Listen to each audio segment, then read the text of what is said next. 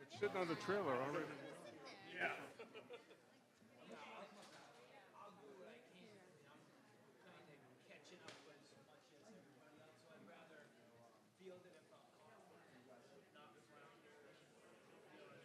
Absolutely.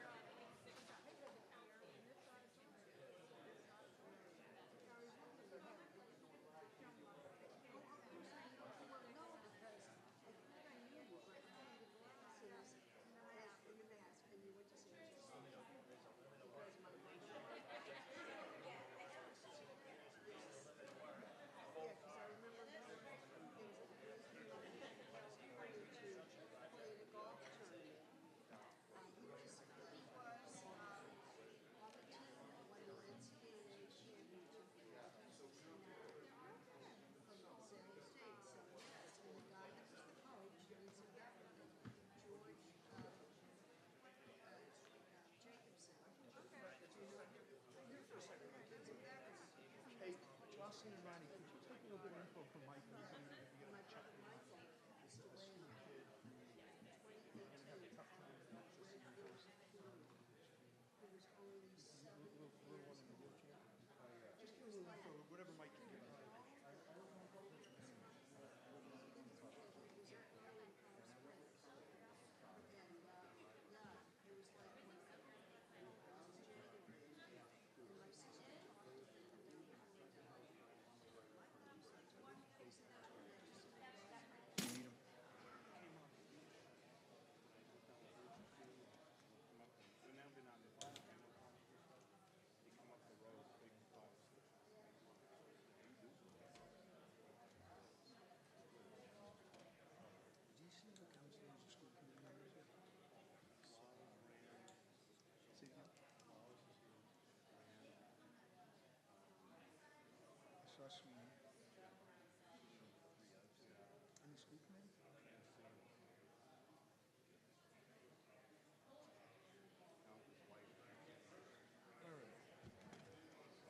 Here we go.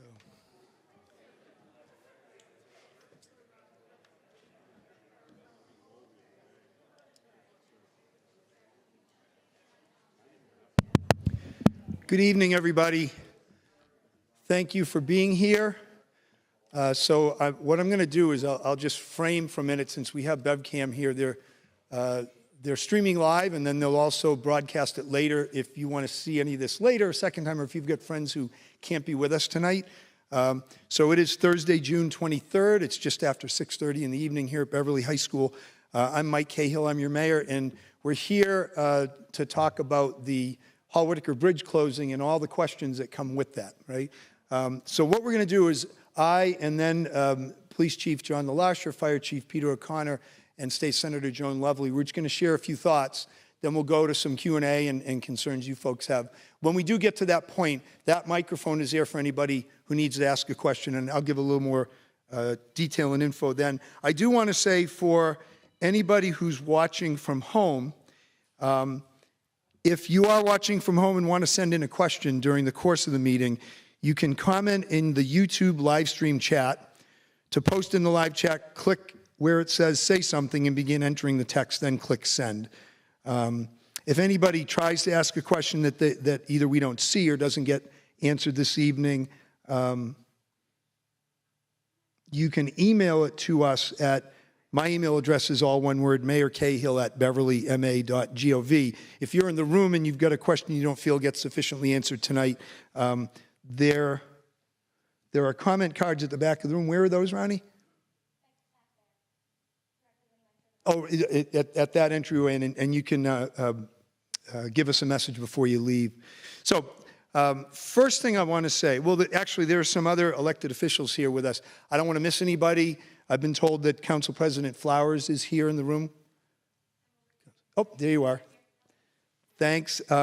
Ward 2 City Councilor Estelle Rand is here, and City Councilor at Large Brendan Sweeney is here. Ward 1 Councilor Todd Rotundo, who I've been in contact with every day on this. This is Thursday night. He can't get out of his day job. You know, he's at the restaurant right now, but he's been on this daily. We have Representative Paracella's aide with us tonight. Representative Paracella is actually in session right now. They're at the State House in the middle of a session on some matters. That's what I thought. They're working on transportation bond bill. And I know that the representative and the senator are both trying to add additional language in and supports in for this effort even now. Senator Joan Lovely is here with us, and we'll have a few things to say in a few minutes. So first thing I want to say is, look, if you live in wards 1, 2, or 3 particularly, really anywhere in the community, but especially if you live on Goat Hill or downtown, if you live in Ryleside, if you live along McKay Street out towards Henry's, you more than others may feel this. And none of us are going to say anything to try to do anything to minimize this. This flat out stinks. And I'm sure some of you want to use stronger language.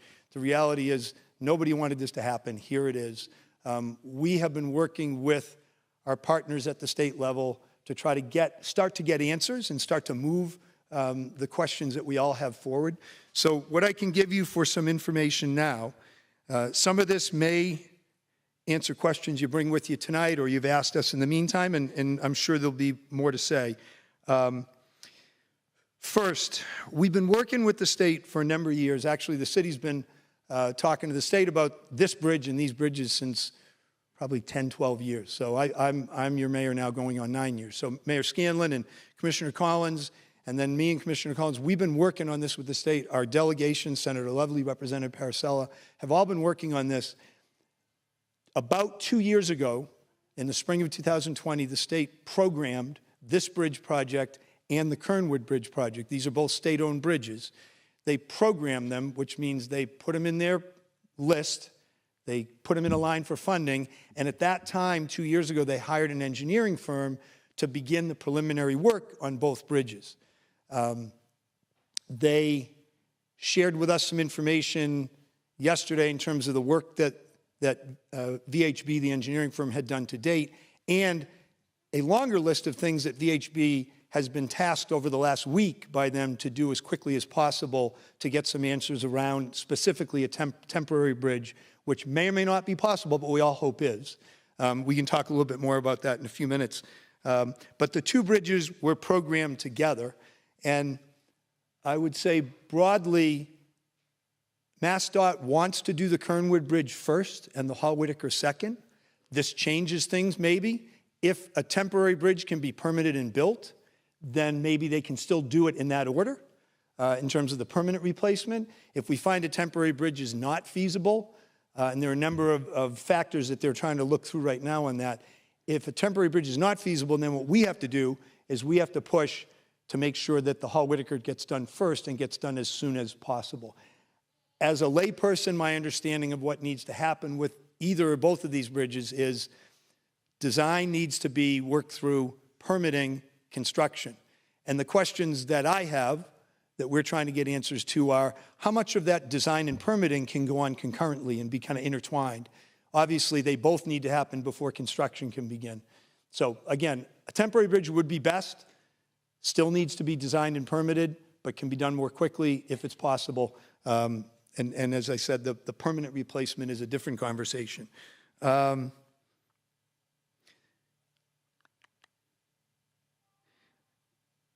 We collectively have all been, sitting with, reaching out to, talking with every state official we can since this first was brought to light about a week ago.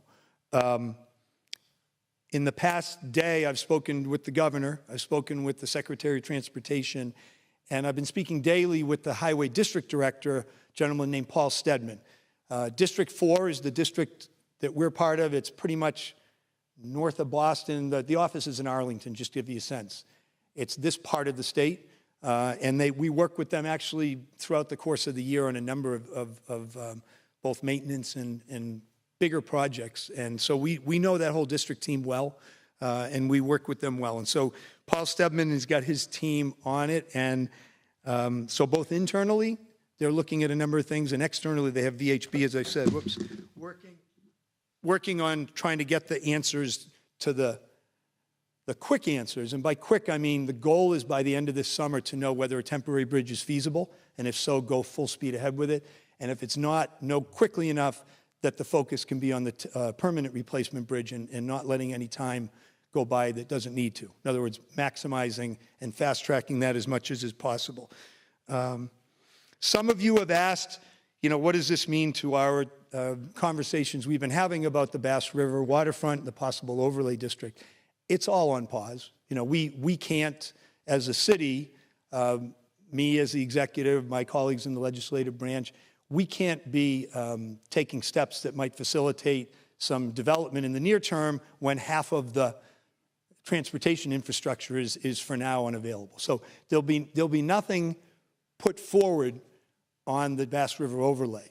We also had committed to doing a traffic study, and we can't do that until at least a temporary bridge is up and running. So what we would like to do, and we'll see what kind of time shows itself to do this either this summer or in the fall, we'd like to continue to have that conversation about just what that might look like, to have it a little more fleshed out. But no proposal will go forward as long as we don't have a Hall-Whitaker bridge or a temporary bridge to look to get in and out of downtown, to get to and from the highway.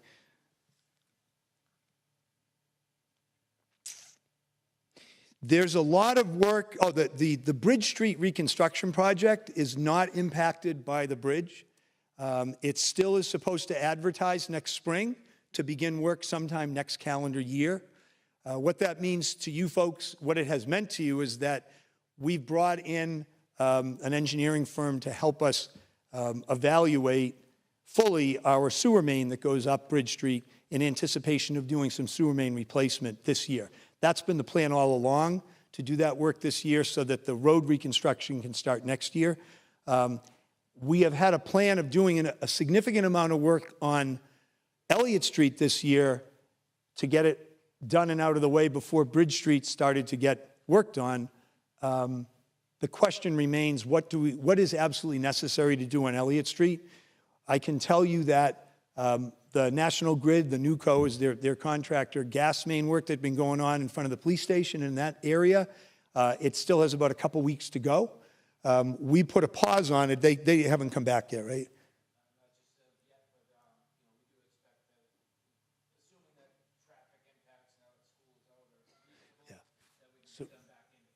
So this is Eric Barber, our city engineer, and we asked NewCo to just kind of stay away for this week while we try to get a sense of traffic with school and now without school starting tomorrow. But they will be back to finish that work up sometime in the near future. One of the things we talked about with them and anyone else who might do work in our streets is not to be there between 7:30 and 9 a.m., not to either start early and step away or not start until 9. So those are things we're looking at. We do need to repave from about McPherson Drive to at least McKay. And so that'll have to happen. We've talked about potentially doing some weekend and evening work to get that work done. But right now, we're just trying to let everybody, all of us, kind of see what it's going to look like in the morning, and particularly in the morning and evening rushes. So that's all pending. We'll have more to say about that. There is, you've seen, and we talked about this for a while. It's taking time on this project, but it's finally here. The new signalization of Echo Ave and Elliott Street, well, for a lot of good reasons, but that is meant to turn on tomorrow still? Okay. The plan is to go live with that signalization tomorrow. With that, we'll be turning off and demoing or removing the pedestrian light in front of Starbucks, because we have a full pedestrian at the corner of McKay, and we'll have a full pedestrian with the new traffic light at Echo. One of the real benefits of the Echo Ave signal is going to be that for years, we've got kids living in the Shingleville neighborhood wanting to walk to Ayers-Royal Side School, kids living in the Ayers-Royal Side School neighborhood wanting to walk to the middle school, and this will give a safe crossing to get those two neighborhoods in opposite directions to the schools. So those are a couple things that were happening anyway.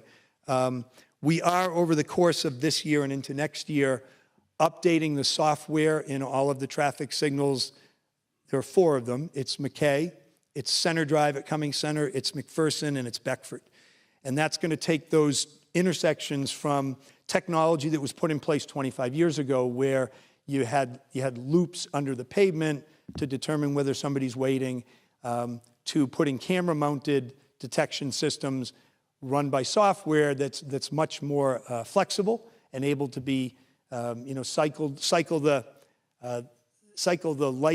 lights differently depending on the time of day and the traffic flow that's seen and expected in other times of day and days of the week.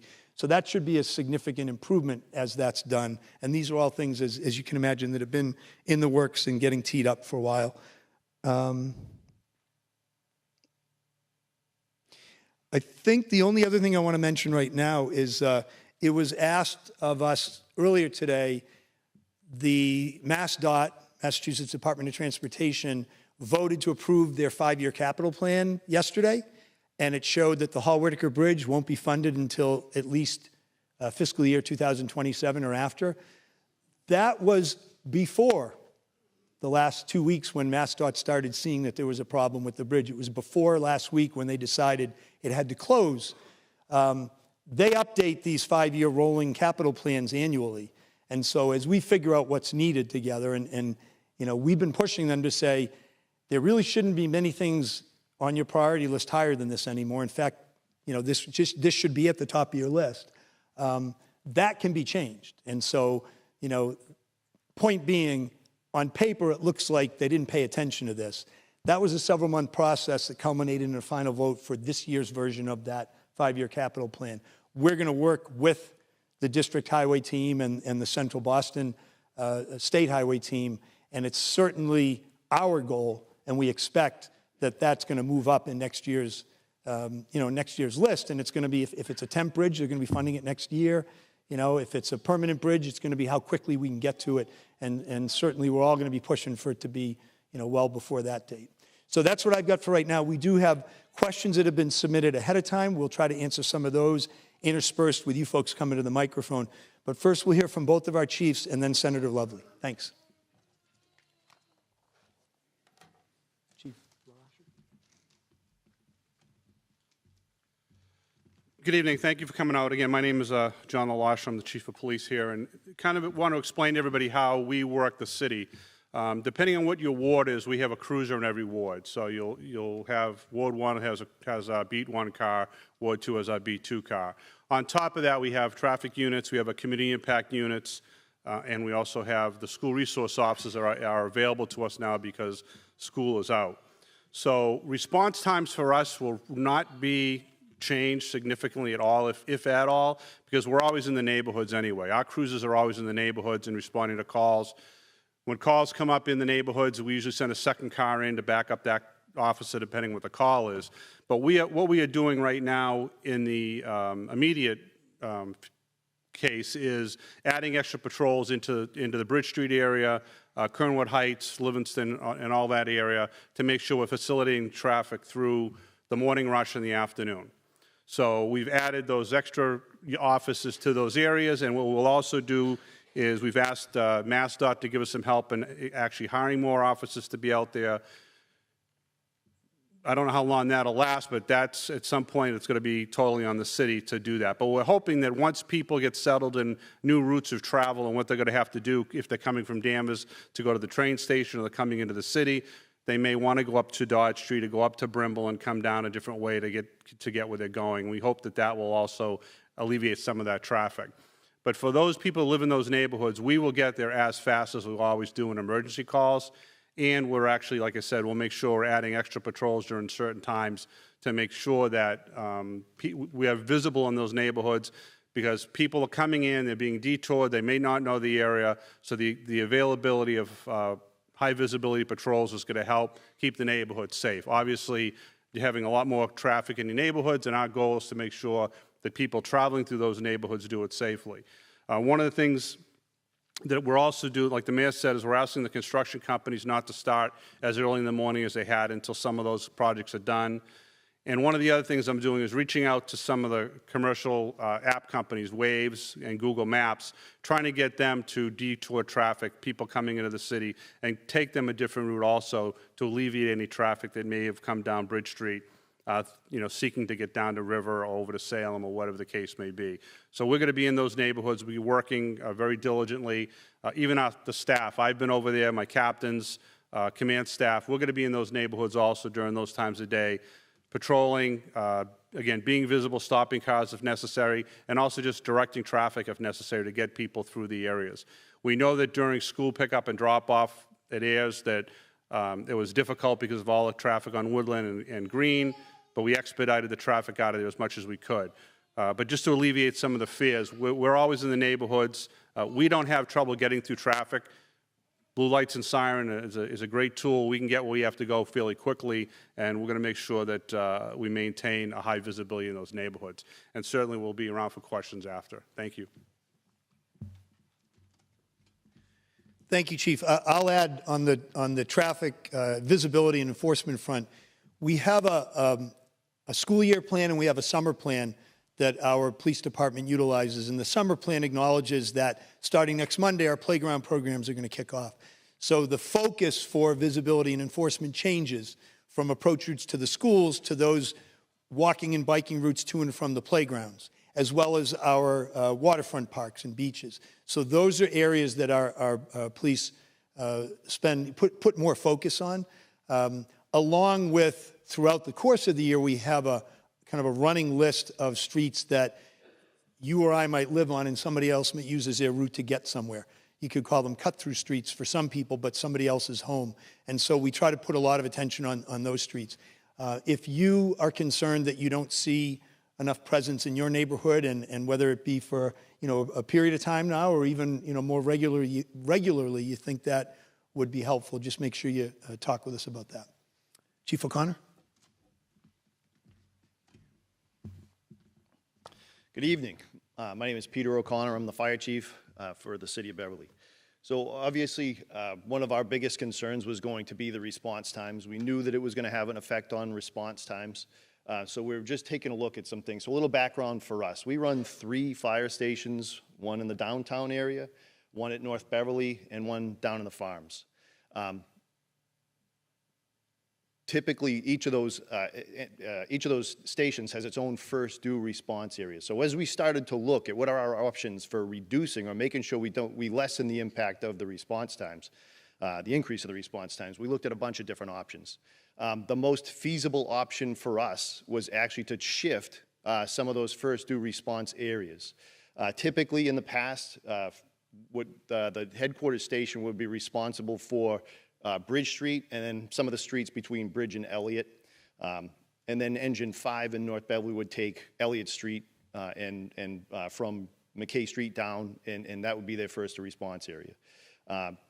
On the other side of town, on Essex Street, Engine 5 at North Beverly would be responsible for some runs down there. If you could think about how the trucks respond, Engine 5 out of North Beverly and Engine 1 out of headquarters often come to a tie right around McKay Street. They also come to a tie right at the rotary of Route 128 on Essex Street. So we're taking a look at call volume, we're taking a look at times, we're taking a bunch of different factors, and what we decided to do was to shift the responsibility for all of Ryle Side to the North Beverly station. And it sounds a little bit like that's a long ride. But when you really look at the numbers, we were looking at this before the bridge closed, and we've actually taken a look at the responses since the bridge closed, and we're going to continue to look at those responses. The biggest impact is on the lower end of Bridge Street. If you could imagine now, the truck coming out of headquarters or truck coming out of North Beverly would have to go down Elliott Street, down to Green, to Woodland, and up and over. So they're actually going west and then having to come back east to get to those lower numbers. So we expected those numbers to increase. Just by doing some simple math and some equations that we use to determine response times, we figured that number would increase by about 2 minutes. That obviously we like to see response times going in the lower direction. We don't ever like to see response times going in the higher direction. So our goal was to, again, make sure that we try to keep those as minimal as possible. So where the trucks do meet at McKay and Elliott, the next factor to talk about was the train tracks. So again, one of the big deciding factors in shifting those calls was to say, all right, the headquarters companies aren't going to have to deal with the train tracks coming down McKay Street and Elliott Street. As you move further down Bridge Street, the impact becomes far less. As a matter of fact, the response times down towards the Virginia Ave So in some cases, coming out of the North Beverly station, we're beating the headquarters station by about 10 or 15 seconds. So the greatest impact, again, is on that lower end. We're going to continue to look at that to make sure that what we're seeing right now stays the same in the long run, and see if there's anything else that we can do to improve that. For the folks on the other side of the city where that shift came from, we're balancing calls. So, you know, honestly, when we have a truck respond from North Beverly to a call, let's say in Ryleside, we always, we have companies coming from other parts of the city to shift around anyway. Those conflicting calls happen fairly often. But again, this was, in our opinion, this was the best way to lessen the impact in the Ryleside area and kind of balance out, and we're not going to have too much of an impact up on the rest of the city without completely throwing the balance of response times off. We did look at mutual aid, and we always rely on our mutual aid partners as far as making sure that when we know we have something going on, we always call early to make sure that folks are coming in. We're making announcements for any of our mutual aid partners to know that they're going to have to change their response routes when they're coming into the city. So we're trying to take care of all that as well. From an EMS perspective, Northeast Ambulance for medical calls, we do come for medical calls as well, but just to touch on them, they're coming out of Park Street. They're also part of our response discussion, and they're changing the way that they come up. They're obviously going to come up through Elliott Street as well. So we're making sure they're involved in those same decisions. And we're going to, again, keep an eye on everything that we're doing, how the responses are going, and make sure that we're keeping on top of it. So if we have to make any adjustments, we will. Chief, could you, you said that response time lower would increase. You want to give the total response time? Because 2 minutes needs more context. Sure. So for instance, I've got just a handful of Marion Ave. We've been down to Marion Ave a couple times over the last few days, and then again, that's that lower end. We had response times of about 6 minutes coming out of the North Beverly station, and about 4 minutes and 3 seconds coming out of the headquarters station. So we're still in the lower end of some of our response times. If you think about like Driscoll Lane every day of the week gets about an 8-minute response time. So again, I don't like to see response times going in the opposite direction. I can't wait for this issue to be fixed so that we can get them back to where we were a couple weeks ago. But that's one of them. Going up to 137 Bridge Street, we're often at 137 Bridge Street. It's about a 5-minute response time, and actually our North Beverly station beat our headquarters station by about 19 seconds on a couple of the calls that we were going to down there. Virginia Ave, it's about a 5-minute response time, 5.5 minute response time coming out of North Beverly. So there's about a 40-second, I flipped that around. Out of headquarters, it was about a 5-minute. We had a 5-minute 9-second coming out of North Beverly is 4 minutes 54 seconds. So again, we do see the biggest impact in that lower end down by Marion Ave and the lower end of Bridge Street.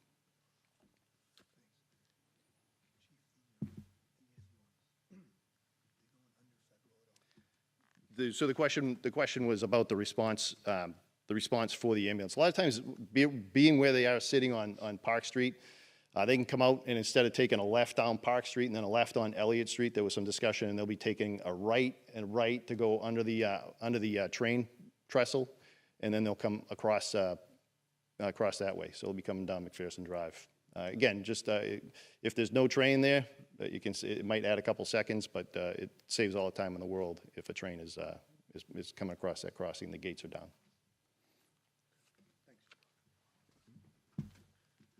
Thank you, both chiefs. Senator Lovely, you want to come on up? Thanks.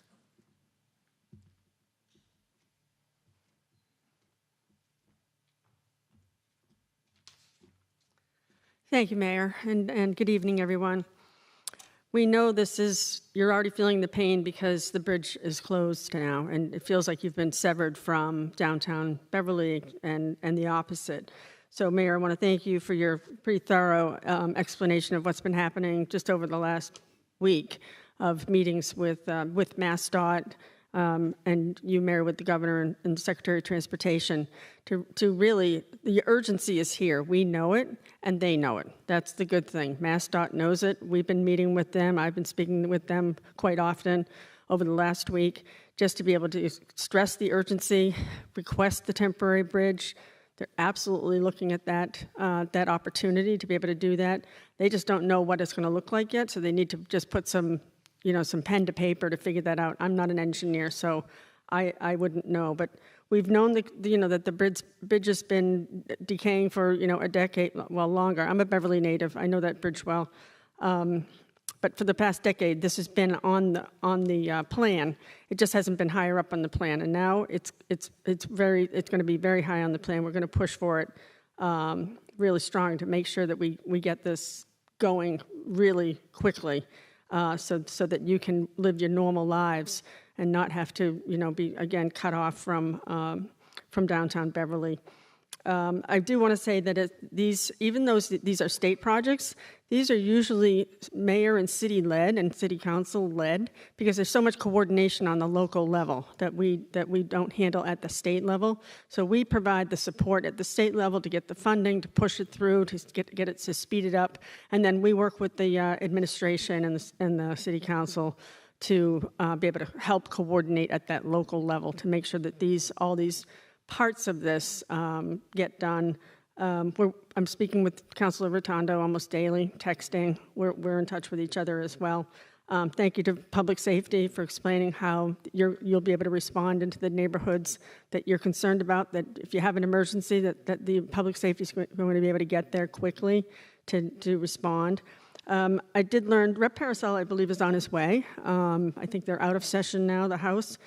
He was able to secure in the transportation bond bill today $7.5 million each for the Hall-Whitaker and for Kernwood. We know that the Kernwood Bridge also is slated for replacement, and that's exactly as the mayor said. They'd prefer to do Kernwood first. But Hall-Whitaker obviously is now the priority, at least to get that temporary bridge. So please know that we will be working daily on this. I've heard from some of you. Please call my office. We're happy to keep those lines of communication open.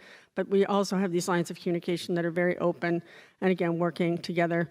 Liam Cahill is here from Rep. Parasola's office. Our staff are working on this as well. So we are here as a support system and to be able to get this thing done quickly. One of the things about funding that the mayor mentioned, and that priority list, which did not include this scenario, is the bipartisan infrastructure bill that was done in Congress includes billions of dollars for exactly this project. So that will be funded in part or in whole by that funding on the federal level. And so Mass Highway's relieved that funding is there to be able to, again, help this, prioritize, and get this project done. So we are here to assist. We know it's a headache. I've been on either side. I've not a bridge closure, but major road closures, and probably not as long as this one might be, but we're going to really expedite this and get this done. And again, we're here to help guide and support, and please know that we're a resource. Please reach out to my office, even to say, this really stinks. This is just, we know it's going to be a major headache. We need to make sure we get it replaced and get it safely done. So thank you, Mayor. Thank you, Senator. So, as I said, we've got some questions that have already been submitted. I think if we want to start with live questions, I can go kind of intersperse with those. And Ronnie Jacobson from my office is also monitoring any questions that may come in from people who are watching. So let me just repeat for anybody watching at home. If you want to send a question to have us try to answer it tonight, please comment in the YouTube live stream chat. To post in the live chat, click where it says say something and begin entering text, then click send. But anybody else who wants to ask a question, I'm going to ask you folks when you do get up to try to keep any comments or concerns and thoughts to 3 minutes, along with any questions you might want to ask. Who wants to start? I mean, there's the microphone, so if you want to get up there, please do, and we'll just try to keep this going as long as you have questions for the next hour or so. If you can come up to the microphone.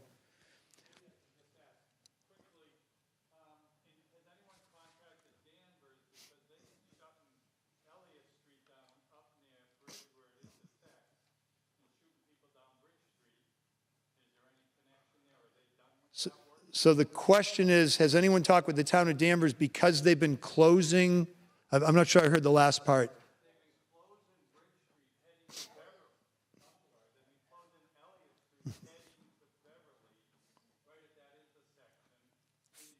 For other work that they've been doing? Yes, no? Eric? Yeah, go ahead, Jocelyn. Jocelyn Ruel-Kersker is my chief of staff. Jocelyn. I just want to say for anyone who wants to ask a question, if you could come up here to the microphone and ask it, then we can be sure it will be recorded by BevCam and everyone can hear it at home as well.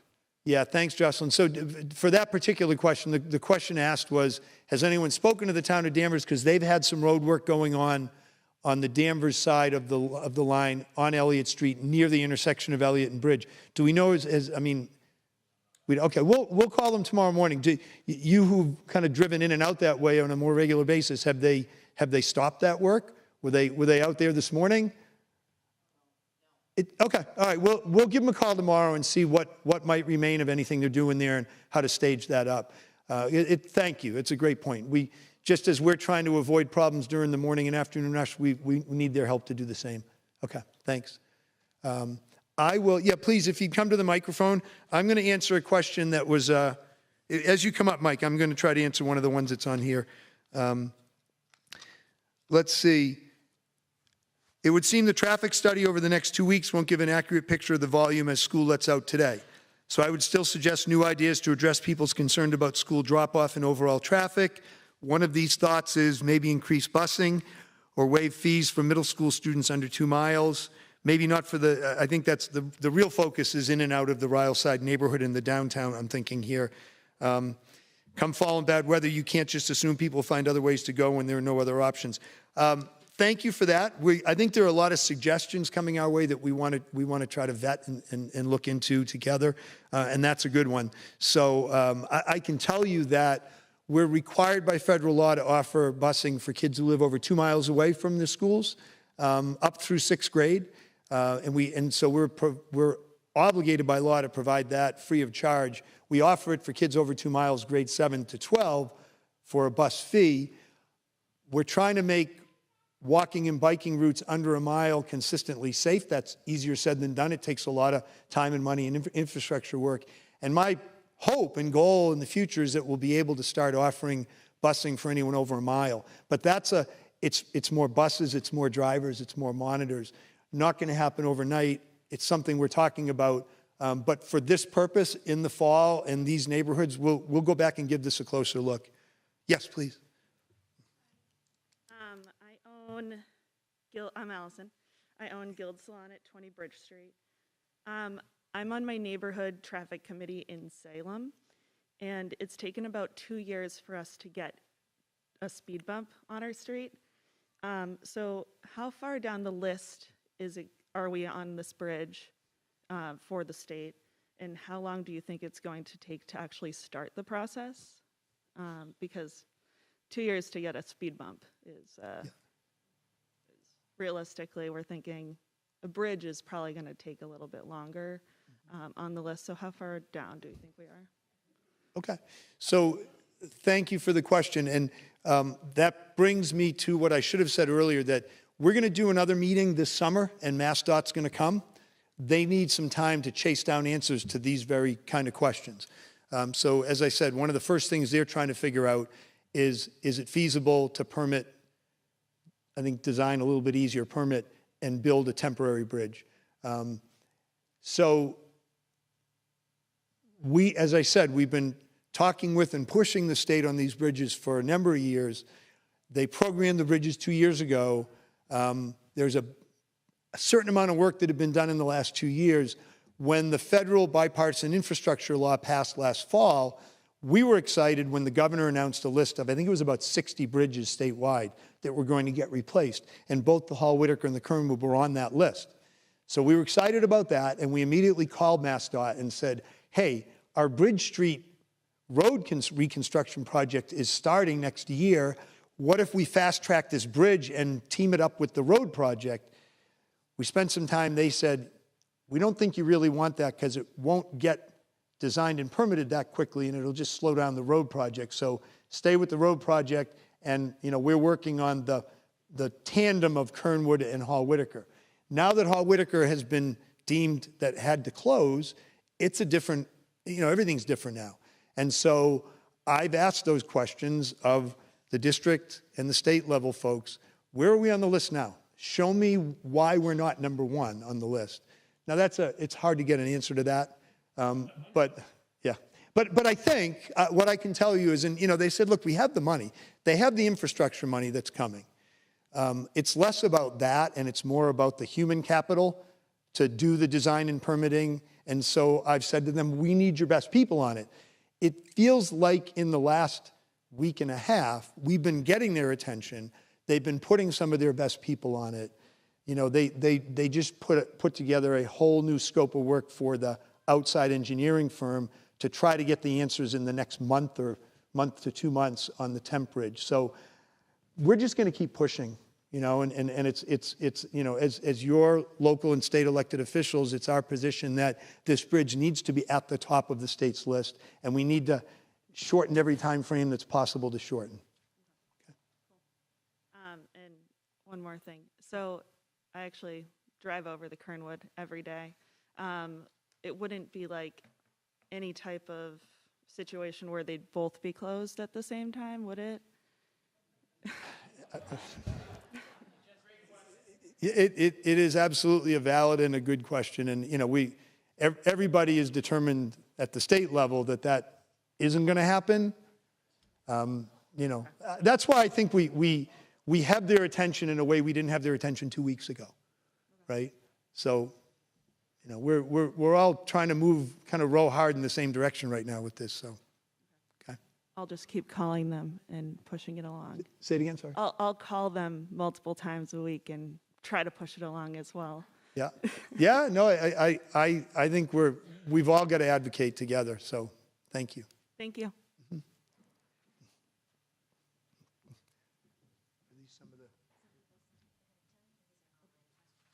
thanks.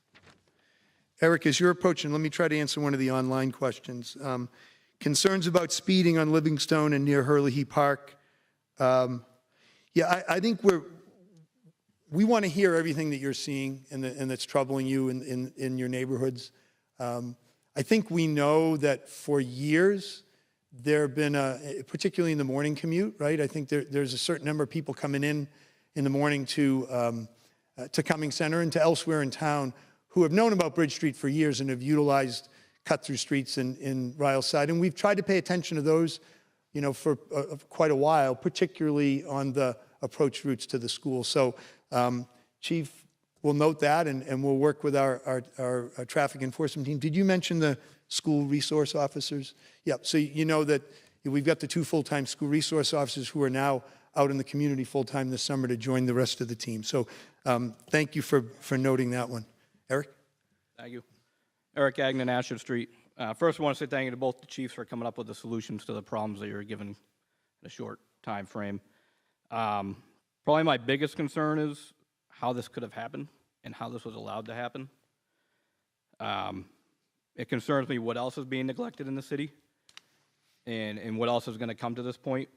So looking at the state inspection reports of this bridge, in 1998 it was considered poor, 24 years ago.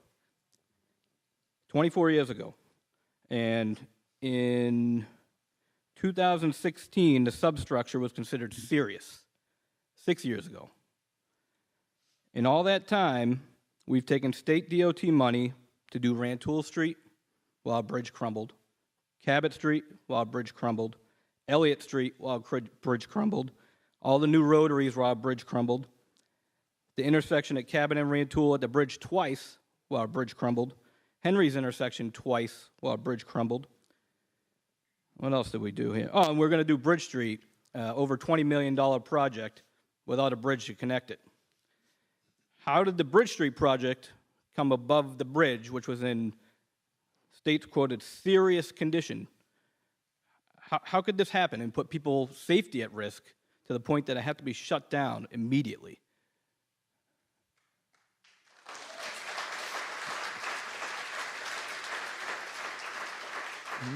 Yep. Well, it's a question you can ask again when they join us at the next I'm meeting. asking because the city. I know you're asking the me, and I'm city about to accepts answer it. the money for all these projects. Yep. So all I can tell you is we have been advocating with the state for these two bridges that they own, that we've been advocating for all along. We, at the same time, have been trying to address infrastructure concerns all over the city. So we're all working hard to do the best we can here. I'm not sure how the state has prioritized or failed to prioritize different pieces of infrastructure. When they came out with the small bridge repair program a few years ago, we thought that was a great opportunity for Hall-Whitaker, but it wasn't small enough. They were looking at a whole different scale of things. So no, we have been consistently sounding this alarm with them. And now it's here. Now everybody's attention is on it. How do we go after money for other projects while we have a bridge that crumbles? That's in serious condition for the past 6 years and poor condition for the past 24 years. Yep. Well, I think I've just answered you. I don't think I got an answer on that. And then how can we automatically, all of a sudden now, advocate and speed it up when we haven't been able to do it for 24 years? I'm assuming that's going to be your answer.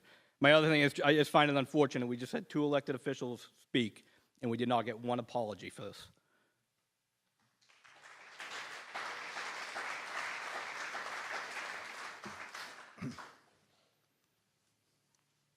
Next. Okay, we got somebody here. Go ahead, sir. I live right in the Goat Hill neighborhood, so this Bridge Street debacle affects my life on a daily basis. It's my main route in and out of my neighborhood. I'd like to propose a couple of traffic control measures that might help lessen the pain while we're all going through this. The first one would be on Elliott Street as you're approaching McPherson alongside the front of Stop and Shop. I'd like to see the traffic control, the enforcement work with DOT if necessary, but designate the right-hand lane as a right turn only lane and the left-hand lane a through lane. Just yesterday I was driving up that road, light turned red, and there was that one idiot in front of me in the right lane who was going straight and made me sit there while we waited for the traffic light to change. So a right-hand lane there would go a long way to keep traffic moving through that intersection. So we're What's that? coming into town on 62. And I know what you mean. It's not a right turn only, and sometimes sometimes people in the right lane are going straight. It's not the only intersection like that in town or anywhere. But we're taking notes on this, and we're going to be evaluating also the sequencing on some of the lights. Obviously, there's more traffic coming out of McPherson now because of the inability to use the Hall-Whitaker Bridge coming from Goat Hill and from downtown. So we may well be resequencing some of the cycles, the red and green cycles, as we evaluate that more. So that helps when the lights are right. transitioning. And as to whether that should be a right turn only, I think we've got to get our engineering team to look at that. Yeah, I think that's something you should look at, particularly if there's a train crossing. So no traffic is moving anywhere. You might as well allow that, facilitate that right-hand turn. There's no reason not to do that. The second measure that I'd like you to consider is further down on McPherson, where Federal and Margin Street intersect McPherson, where the four-way stop is. Right. I'd like to suggest that we probably close Margin Street at that end, since most of the time that was just a cut through over to Bridge Street anyway. Allow people to access the car wash and the ballparks from Bridge Street, go up Margin Street that way, and then eliminate the four-way stop setup. Since you won't have any traffic coming on from Margin Street, keep McPherson traffic flowing continuously, and then just require the people coming down Federal Street to stop and turn. No, I hear you. So close Margin, give the River McPherson traffic a right-of-way over the traffic coming down from down Federal from Rantoul. Right, and most of the people coming from Federal are taking a right-hand turn anyway. Okay. Well, we're taking notes on this stuff, and those are things our engineering team will need to look at to see, whether they're recommended safety-wise. But look, we got to think creatively, and I appreciate the thinking. Yeah, as somebody who drives that route a couple of times each day, I can tell you those measures I think would help. Okay. Thank you. Thanks much. One of the questions that came in from somebody watching was, where would a temporary bridge go? Look, from all I know, this is probably not a complete answer, but I think it's conceivable a temporary bridge could go on either side of the bridge alongside it, or maybe at a different angle. There's only, if you look at the four sides of the bridge, one of them is public property, the others are private. That's not to say something couldn't be worked out, but I think those are some of the questions that the Highway Department has got VHB Engineering looking at right now. Sir? My name's Dave Allen. I'm sure you remember me. Question. Per the Salem News article, there was an indication that the bridge would be relocated, or possibly relocated. Is it? You mean if there were temporary? Oh, I'm sorry. When the permanent bridge replacement happens, it's our expectation it'll be on the same footprint. One of the things we've advocated for years is the possibility that it might be raised up and be a fixed span. I don't know if that's possible. We've raised that again. They haven't listened. They, being the MassDOT engineers in the past, have not really looked to entertain that. They've seen that it needs to continue to be a drawbridge or a swing span bridge. We brought it up again with them. But in terms of the footprint, it's expected to be the same. The same spot? Yeah.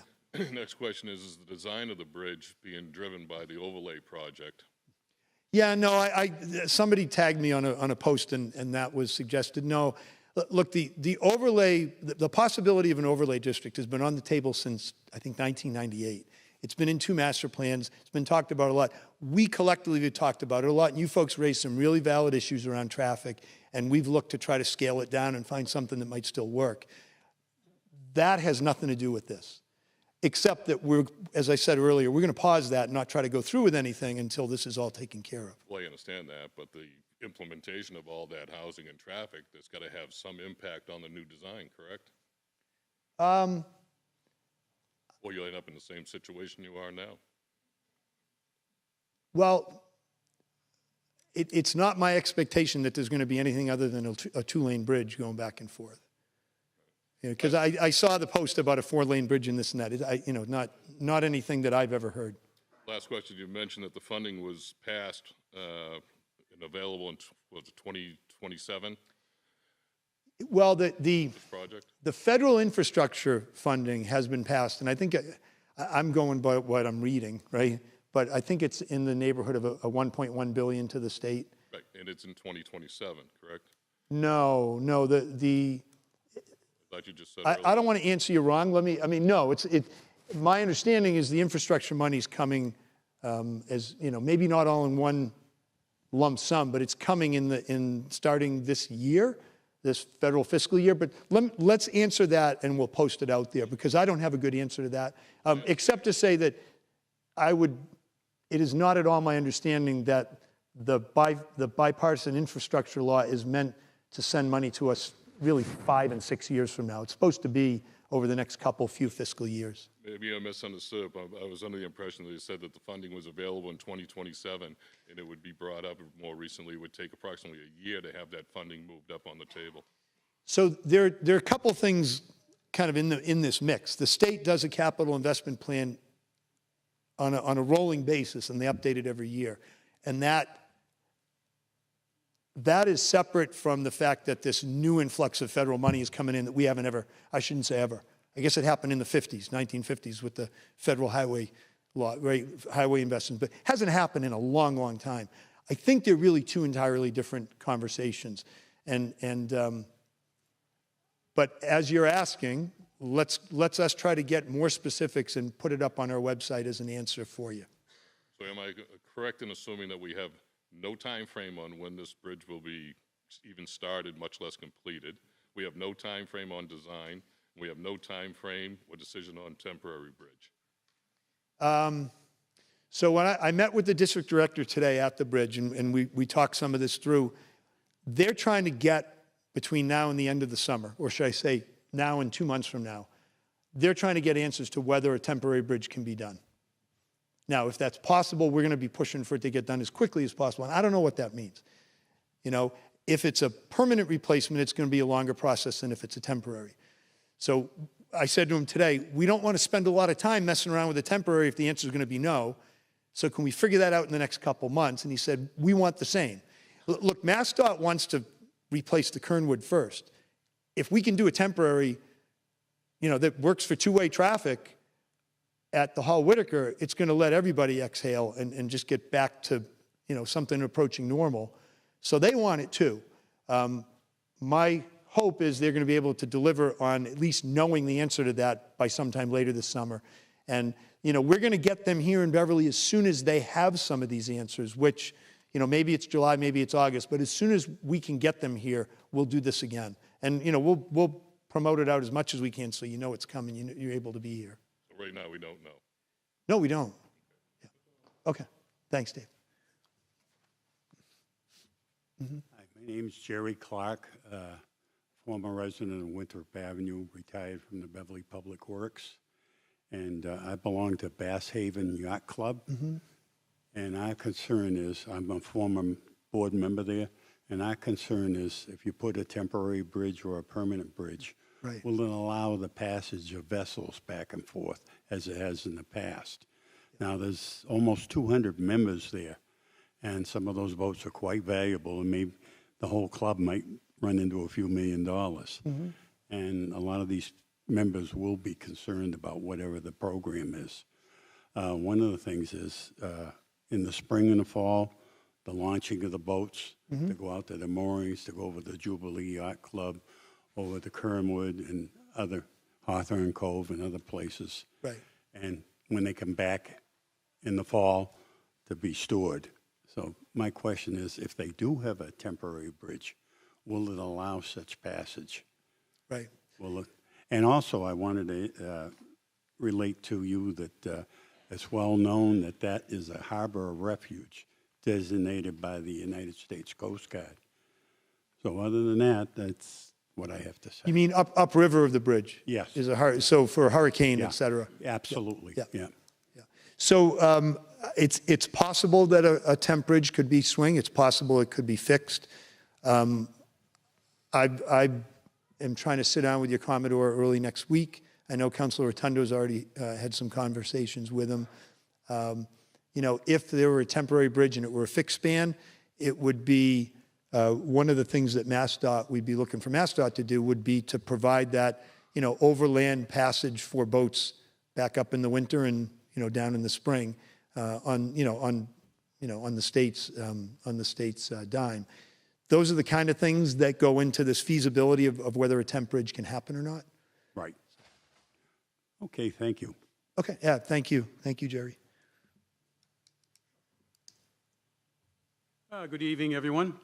My name is John Powers. I live at 32 Carver Street, and I'm the unofficial traffic counter on Broadside.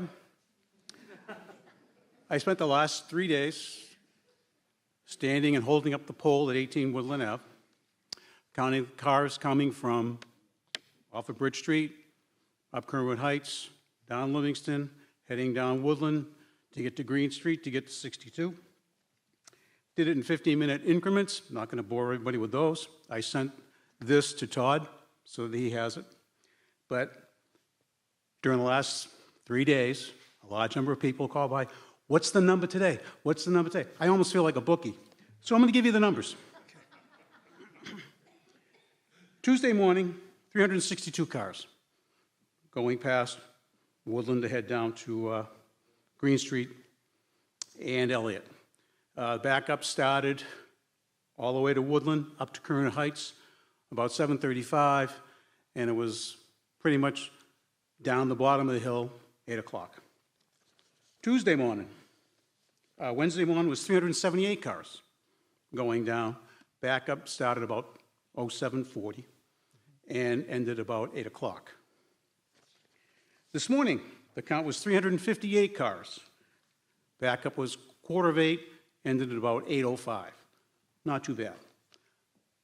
Actually, the police officer came by and, we chatted a bit, and it has gotten better in the last couple of days.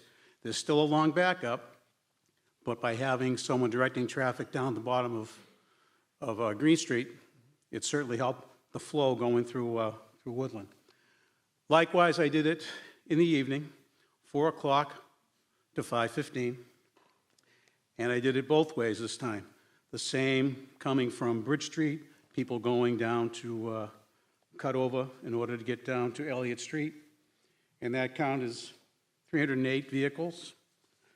And likewise, coming up from Green Street to Woodland to go to Livingston and Kernwood Heights, it was 391. So we're talking 699 cars. Wednesday, we had 363 coming from Bridge Street, again, going down Livingston, Kernwood Heights, going down to the bottom of Green Street to get on Elliott. It was 363. And the ones coming from Green Street, the ones coming from Green Street was 363 cars. Those cars coming from Kernwood Heights, Livingston to get down to Elliott Street was 249, so it was 612. And lastly, today, we have a winner. 405 cars coming from Green Street up Woodland to go to Kernwood and Livingston Ave, and going the other way from Bridge Street to Woodland, down to Green to get on to Elliott Street was 272 and 677 cars. So I want to satisfy my public and give them the numbers. Thank you much. John, if I could, even though Councilor Rotundo he's not here now, is he? I emailed him the... No. I was going to say, he just texted me to say he forwarded them to Sergeant Henneberry, who's our traffic sergeant. Even though he's stuck at the restaurant, apparently he's watching us. Oh, okay. So he said that he's forwarded that on. And thank you. Do you have a sense from just looking at those numbers of how many are school drop-offs and how many are cut-throughs? Obviously, I know there's both. Well, what I did was, anyone coming down, obviously I don't know, I couldn't see up to Kernwood Heights. But if I was at Woodland, anybody taking a right from Woodland to go up to AS School, I didn't count. Yep. I only counted those folks who were just cutting that across came down and Livingston down. to take a left to get on the bottom of the hill. Okay. In the morning, I didn't bother. Well, actually, in the morning, I didn't count them at all. A lot of times, because it was just so busy that I had difficulty trying to sit there and get everyone. But I mean, it's as close as I could get. But again, the police did a great job. Tuesday was chaos. Wednesday was organized chaos. And today it wasn't as bad. I will say, noticing the cars that are coming through, awful lot of people coming from Salem and Peabody, right, using Kernwood Heights as a shortcut. The only positive thing about it, it hasn't been a shortcut for the last 3 days. So maybe they'll go somewhere else. Right, right. Thank you all. Thank you very much.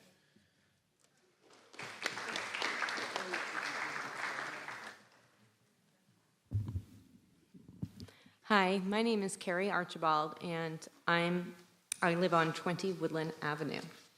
And my concern is the safety of our street.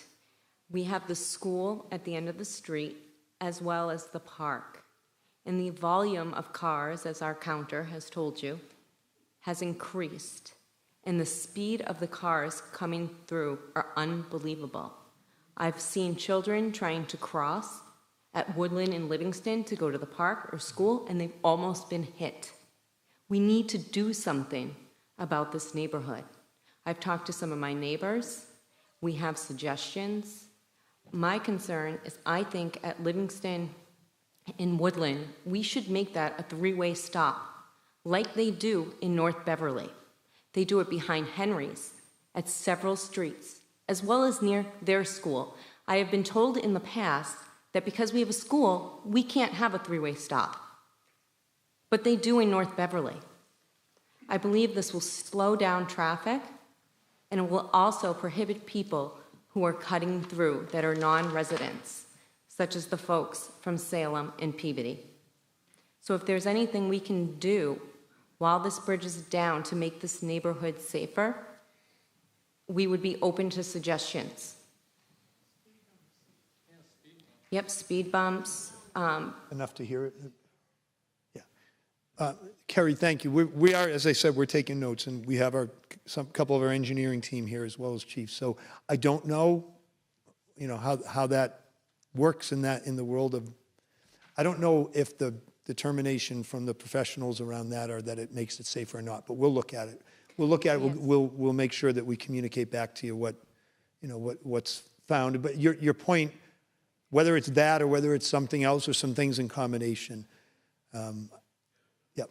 Yeah, I think it's a real concern with or without the bridge. It's always been a busy area, but now that the bridge is down, if this is going to be a long project over 2 years, we can't live in a neighborhood. We can't have our children walking to school and walking to the park with the amount of traffic that comes through that area. The roads are not built.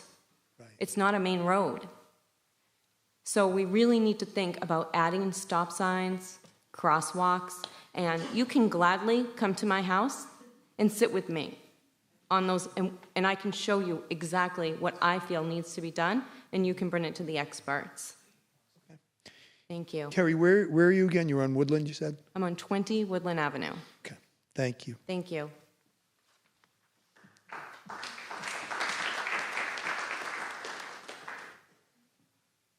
Yes, sir. Hi, Ms. Mayor. Thanks for being here. My name's Vinny Pace. I live on Hillcrest Ave almost 7 years. First of all, I love Beverly. Just going to say that right now. A couple of questions just piggybacking off what you said and what some of the other concerned citizens said. I just did a quick look on the Mass DOT website. It states that in August of 2016, a project initiation form was posted for this bridge replacement, which was set for 2027. Was there any progress made on the state level for engineering or contracting bids? It seems to me that if anything had been done in those areas in the last 5+ years, if we've got those bids in place, now that there's a push for accelerating this project for replacement due to the sudden closure, we shouldn't be that far behind. Why is the Kernwood Bridge more of a priority for replacement than Hall-Whitaker? The bridge is still safe to go over in that direction. The economic impact alone to the businesses coming across Hall-Whitaker is, I don't know if you guys did any numbers on that. It's got to be huge. With all the businesses that have closed the last few years because of COVID, I can't even imagine what they're dealing with. I'm just one citizen. The businesses have got to be crying about this. The money seems to be in place for the project. So what's the city's main concerns for fast-tracking the funding so that we can get the project off? And my last question is, you mentioned permitting. Is that more a city permitting that we're looking at or state, federal permitting? Thank you. Yeah, thank you. A lot there.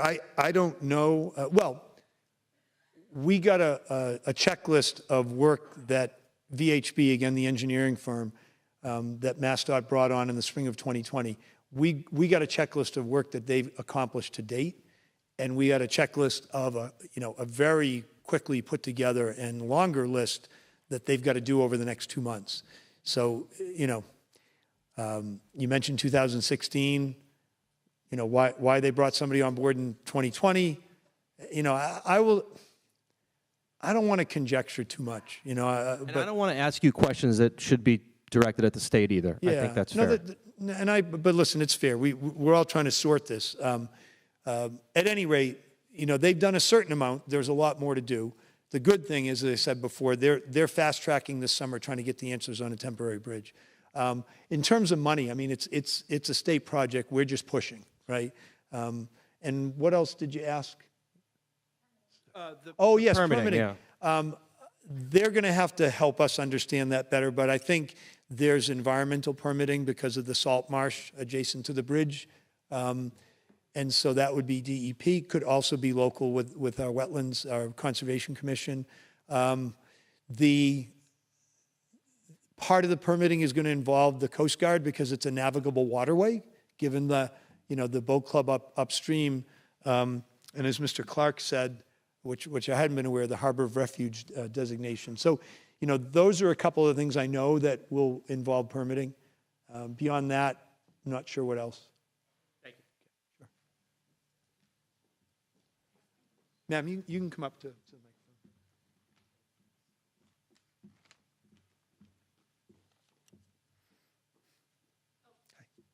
Yeah, sure. Hi, I'm Taylor Corrado. I live on 10 Woodland with Carrie and the counter. I have a question probably for the police chief. I've been living there for 2 years. There's definitely been an influx of traffic over the last few days. Are there any options to redirect traffic or take the detours away from the cut-through streets, like through Kerwin Heights, down Woodland, down Green? I suspect with traffic coming back in the fall with the school drop-off, it's just going to be worse. Everyone's using those two streets, Livingston and Kerwood Heights, as cut-throughs. Are there options to detour traffic somewhere else? Chief. Well, we don't direct how the city has to do the detouring. A lot of that has to go through city council to set up one-ways or set up temporary temporary times for different do not enters. So that's something that has to go through the city council to do. We just can't do it. We just can't throw up signs and shut down streets. I can't put up a stop sign. There has to be studies. But I know that those are the things we're all looking at as far as time of day, travel. When we get back into the school year with drop-off and pickups in the afternoons, you know, like the private driveway, say at Hannah School, we mandate all traffic takes a right out of that driveway for both the drop-offs, and that alleviates some of the traffic on Brimble. So those are the things we're looking at for Woodland, and we will be looking at for all those streets as we all sit down here in the next week or so. Thank you.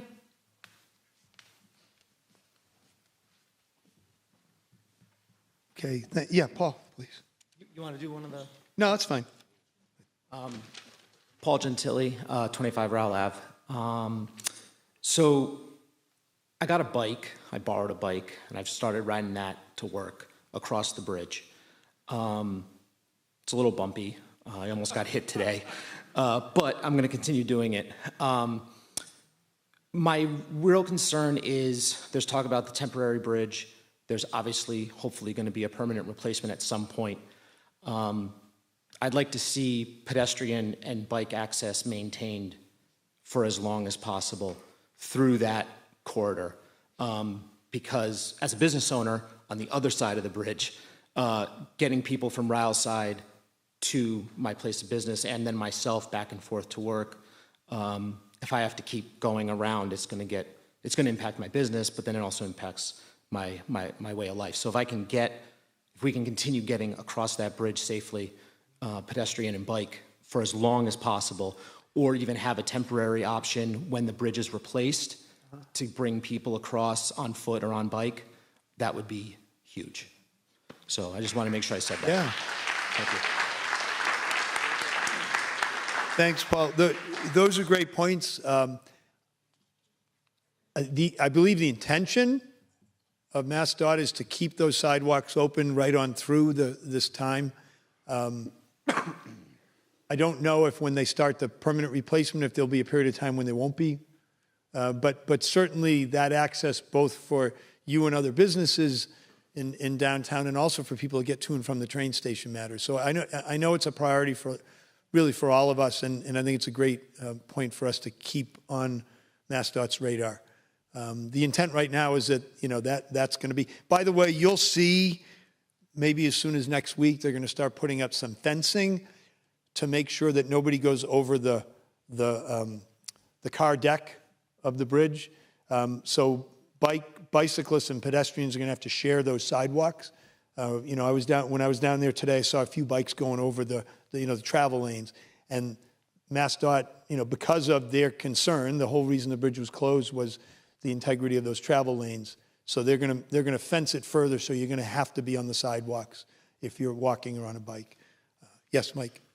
Michael Parada, I'm up on Weber Avenue. Hi, Michael, how are you? Good. I had a chance to ride in the buses for a couple days, and I don't know if Chief LaSure can kind of solve some of these problems, because they're coming down McKay, they're getting burdened in Elliott, up on Ralph's side where Kelly, I told you about the handicapped person that needs to be dealt with, but trying to get up and over and back into Elliott, should have taken 10 minutes to get back to the school. We were out there for about 25 minutes just to go up and over and then come down into Elliott. And we need to address that. The next thing I want to bring up, which happened tonight, and it happens all the time, because the bridge is closed, the tractor-trailer trucks are coming out of Monahan's and Salem Plumbing. And they go upriver, they don't make it, and then they have to back down. And I watched it, and your police officer was there tonight as the guy took down the stop sign at the end of Weber Avenue and kind of clipped my fence. That's no big deal, it's been done before. So we need to address that issue. As for the gentleman that spoke about the Danvers construction, which you need to talk about, I went to the dentist the other day. It was Tuesday.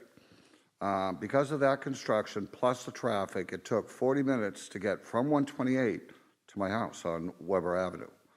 One of the holdups was that four-way intersection, because it's now with that added traffic taking about 20 minutes to get from Elliott Street up to Weber Avenue because of that four-way stop sign, because of the traffic coming through, and that needs to be addressed. So anyway, this is some of the concerns I have, some of the observations, and I hope that your great team over in the police department can kind of solve some of these problems, especially for the schools. Yeah, thank you, Michael. Again, we're taking notes on this. I think maybe there is some outreach we can do to our downtown businesses, particularly those that are, well, many of them or most of them get deliveries from, significant sized delivery trucks, whether they be 16 wheelers or something less. So maybe, you mentioned Salem Plumbing and you mentioned Moynihan. We certainly talk with them, but I think there are a lot of other businesses we could share that same information in terms of. Well, I talked to Mike over. One second, in terms of the right truck routes in and out of town, given what we're dealing with. And you're right, there are places they can't go already. Right, so there are only certain routes that work for the trucks. Yes. I talked to Mike over at Beverly Car and Truck. Like you said, the small trucks, small trailers is what comes up to him, as well as the lady's business across the street, a small trailer. These are long trailers. Right. And it's happening, well, I went to work to the school this morning, and we were backing another one down the hill. And then before I came here, we were backing another one down the hill. And they're taking the signs out every time they do it. And even later on at night. So we do have to do something about the length of the trailers and the wheels to keep them from getting up there, because that truck tonight caused an absolute traffic nightmare between Federal Street, McPherson Drive, River Street, Park Street coming down into it. And I just laughed, and I had to go all the way around to come down to this meeting because I wasn't going to sit in it. Okay. All right. Good to see you, Michael. Have a good day. Thank you, Michael. Let me, one second, let me just try to do a couple of these. With a large traffic change forcing cars up Elliott, could we avoid starting the Echo Ave stoplight? I'm not sure that, well, I know that much like I talked about with the other signalized intersections with the new software and camera-mounted systems, those are going to be timed up in a way that the precedence for the Route 62 traffic is going to be sufficient, that they're not going to have backups, right? That's the plan, assuming everything gets programmed right and is fully operational the way we expect it should work. So, good question, and we're attentive to it to try to make sure that those lights do recognize and acknowledge, where the traffic's coming from and where it isn't at various times of day. Will I stop the National Grid project? I'm thinking that means the couple weeks remainder of the work on that gas main. No, I think the work has to be completed. We're going to try to make sure that work takes place outside of the rush hours, and so they can get finished there, and then we can make decisions on what else to do. Somebody on another page asked about paving further up from the Danvers line on down Elliott Street. And so, I talked about the paving down in front of Cummings. We had planned to pretty much pave the whole length of it from McPherson Drive up to the Danvers line this year. I think the question is, and the challenge is, what times of day, what days of the week to do that work so that it gets done and it doesn't cause problems. And Commissioner Collins couldn't be here tonight, but we will be collectively, engineering and the Commissioner and Chief Alasha, we'll be working on that together to try to make sure that work that needs to get done this year does get done and doesn't cause problems in the doing of it. Why don't you go next here? Yes, thank you, Mayor Cahill. My name is Kent Sinclair. Much of tonight's discussion, understandably, is focused on the issue of automobiles and the impact of automobile traffic and how to get automobiles around that bridge. I want to second, though, Paul Gentili's comments about the importance of maintaining pedestrian and bicycle traffic, in part because some of the solution here, although it may just be a small part of the solution, is making it possible for people to get where they're going by getting out of cars. Right. Along those same lines, I'm wondering what thought has been given or what might be able to be done concerning the people who are coming over from Salem or coming from other locations as an alternative to driving in, use of the MBTA, use of the train. And I know we've had a lot of challenges around the train as of late, but as we're thinking about solutions for dealing with the bridge problem that may take a couple of years, I would think that we might want to try to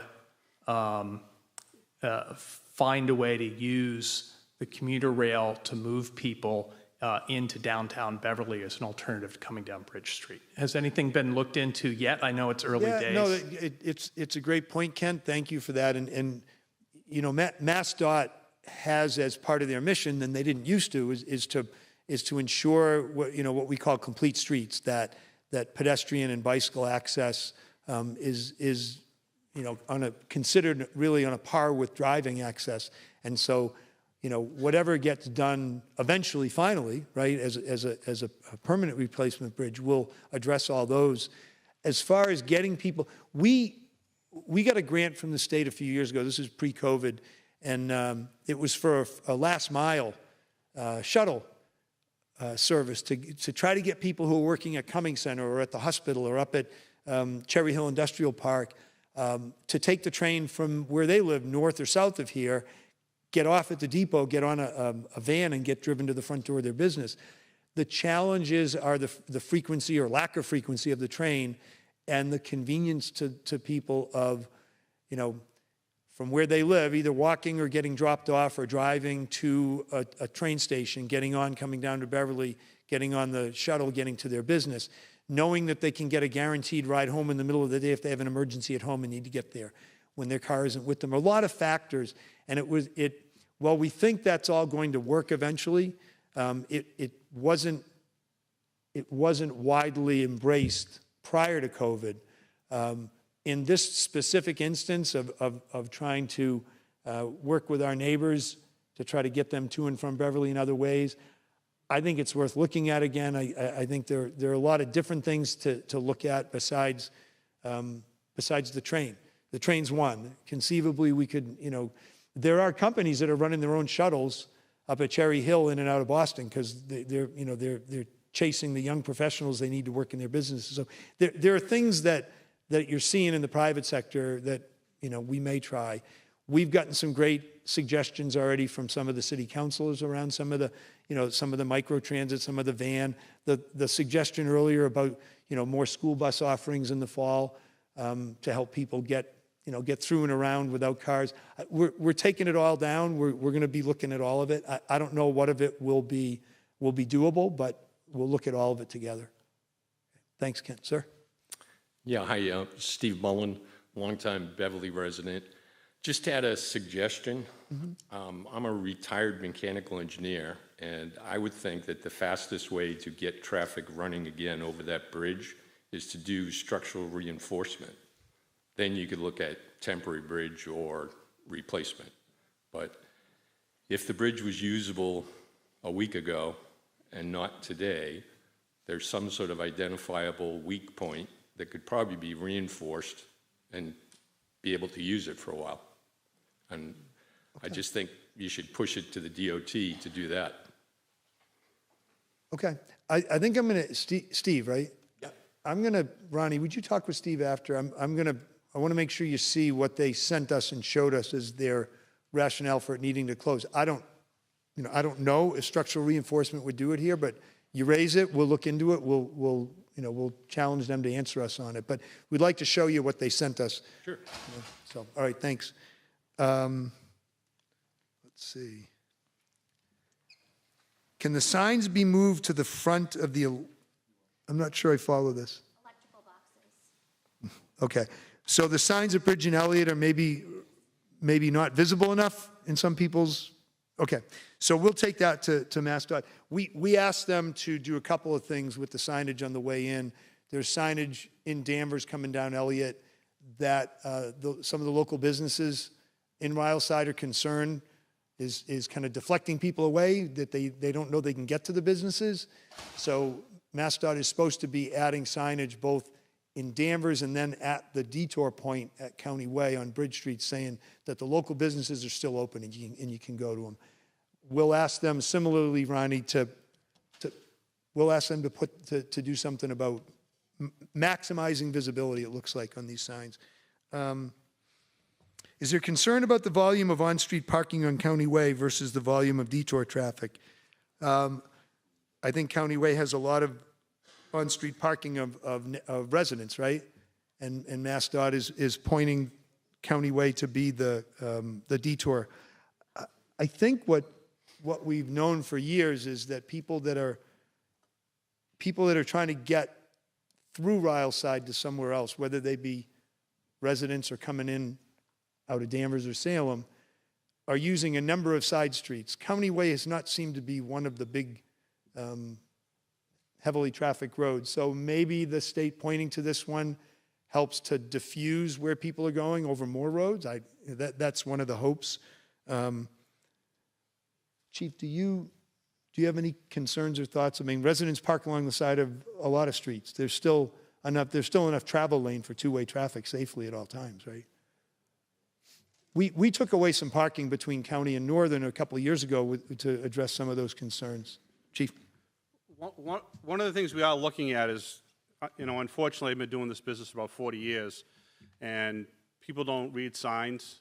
And if they're not from the area, what ends up happening is they're getting all the way down to the detour, and that's why they have to go across Kernwood Heights and Woodland. What we're hoping is if people are using County Way, Northern Ave, and cutting down that part to Elliott Street, it's going to alleviate the traffic in those smaller neighborhoods. So those are some of the things we're going to also look at. And again, working with the apps, Waves and Google Maps and the other companies to try to push that traffic. If they do come down Bridge, push them over those streets before they get all the way down to Livingston and Kernwood is the hope. And we are mindful that we need to do significant amounts of visibility and enforcement on all those streets as we go. Sir?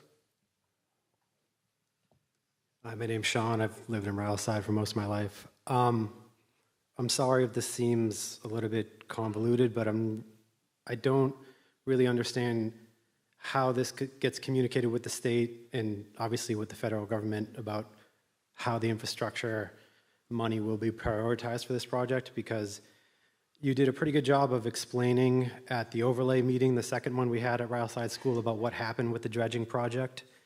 And I assume they're going to have to move a lot of dirt for both the Kernwood project and this project.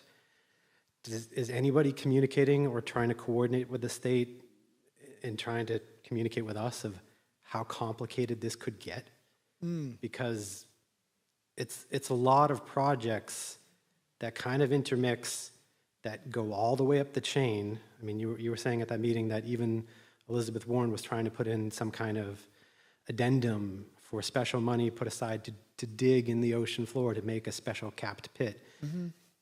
Is anybody, I know this is really questions for the state DOT, but is anybody really kind of trying to get ahead of the idea that these are all kind of interlinked and that this could take a long time?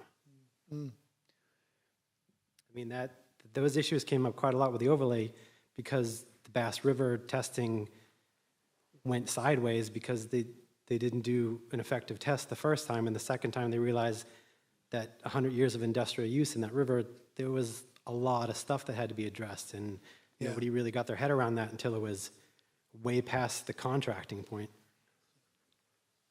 Sean, is it? Sean. So thank you for that. So what he's referring to is when we thought we were going to dredge the Bass River, it went back to the EPA and the Army Corps of Engineers both determining that the soil we wanted to dredge was suitable for disposal at an open ocean dump site. And as a result of that determination, they awarded a dredging permit to the city. We took that permit, went to the state, got some state grant money to match with city money, and we RFP'd, that's the public process for getting somebody to contract, a request for a proposal. We got a dredge company to reply. We signed a contract with them. They came to Beverly to dredge, and then at the last minute, the Army Corps of Engineers refused to give them the coordinates as to where to dump it. And when I called the regional Army Corps director, he said, we're really sorry, somebody screwed up. Nobody should have approved that permit in, I think it was 2015, because the sediment in the channel is too dirty to dispose of that way. So that was obviously frustrating for all of us. I think your bigger point is for a temp bridge and or a permanent bridge to be built, there's going to be some disturbance of soils in the river. Is that part of it? Well, if you go through the steps of, if you can get a temp bridge put in within the year, right? If it's not a drawbridge, then you're looking at compensating the boatyard and other businesses in the area and in the boat ramp.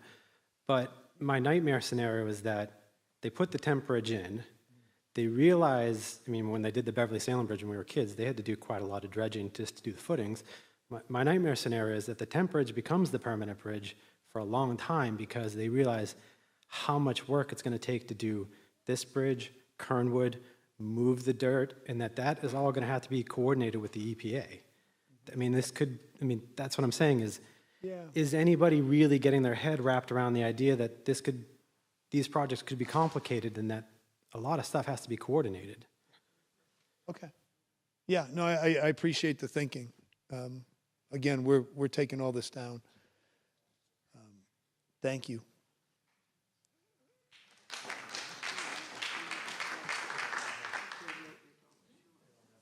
And when I say we're taking it down, I think you've given us something to flag and talk with the MassDOT team about as well.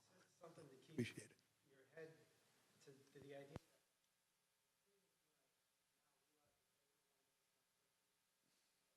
Mm-hmm.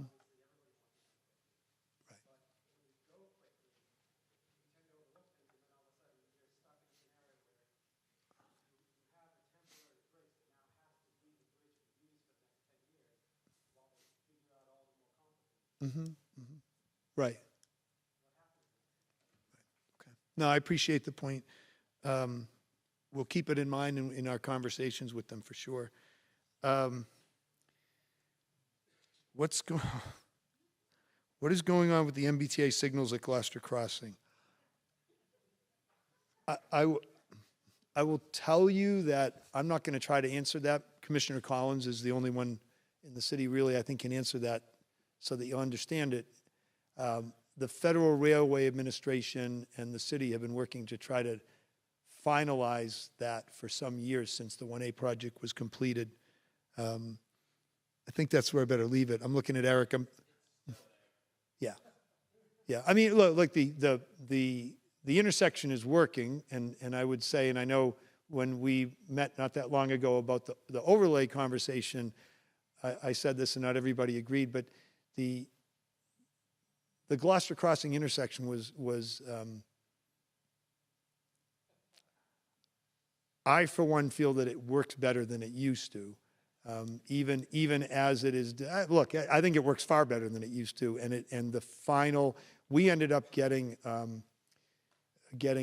permanent reduction in speed limit of the trains through that corridor, which was a hard thing to win with the FRA, which has helped our grade crossings at Montserrat and Spring and Gloucester Crossing. So I mean, there's a lot that goes into that, but I don't think I can answer that any better than to say that it is still under review to finalize the sequencing.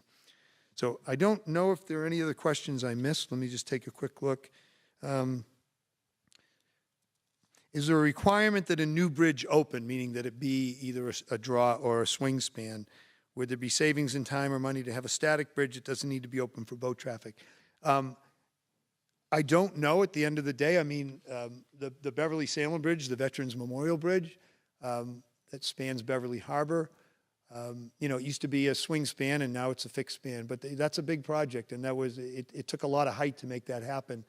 As I said earlier, we still talk with MassDOT, and we're not giving up on the thought that they could, you know, redesign it in a way that could you know, allow the boats under it that need to navigate there, and then larger boats, there would be a, you know, another way to get them up and down river, and that would be over road. So we'll see. We don't know what they'll ultimately, what MassDOT and what the Army Corps will ultimately agree can be done and will be done for that. I don't think there's anything else here for me to answer. Is there anybody else? Oh, please, yeah.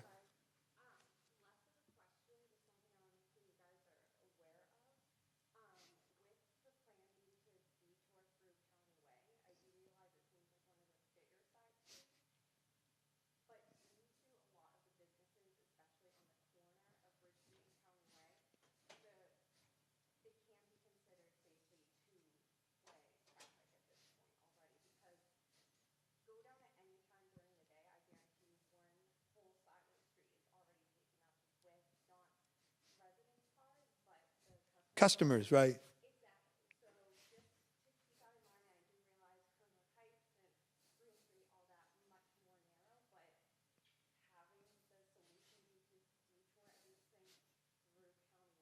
Yeah.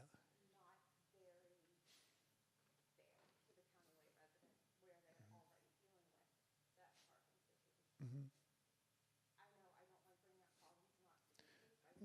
No, yep. No, listen, everything people have in their minds, we want to know and hear, and concerns are concerns. I will say that we spent a good amount of time a couple of years ago trying to get the parking right there, not allowing it on one side between Bridge and Northern, but allowing it on the other, we think works. We think still allows for safe passage. You're concerned that adding significantly more volume makes it less safe. Okay. All right. No, it's a fair point. Thanks. Okay. Then, oh, sure, please. Yeah.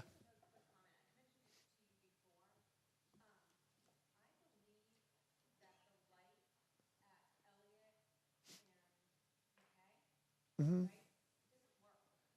Yeah.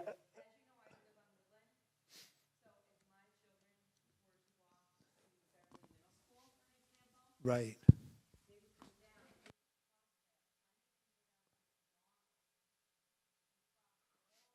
At Center Drive. So, yeah, let me do this. So I want to repeat this, Kerry, for people who are watching. So, question of the pedestrian specifically sequencing at McKay and Elliott has been a problem. And so that is part of what we're trying to do this year. Some of it, as I said, is cameras and new software for the sequencing of the lights, and part of it is the pedestrian piece of it. And that is part of what we're trying to get done this year. I'm going to look to Eric and Ronnie, and we're going to get back to you on that one. Some of this stuff we'll put up on the website, that stuff that's come up of you know, general interest. And it's certainly, as we're going live with pedestrian crossing at Echo, and we're taking away the Starbucks, you know, ped crossing, we need to make sure that the McKay option for crossing is safe and functioning right. So, yeah. Mm-hmm.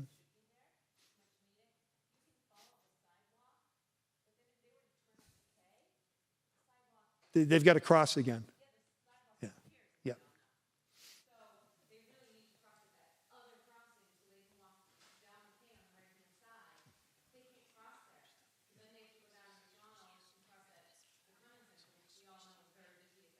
Right, right.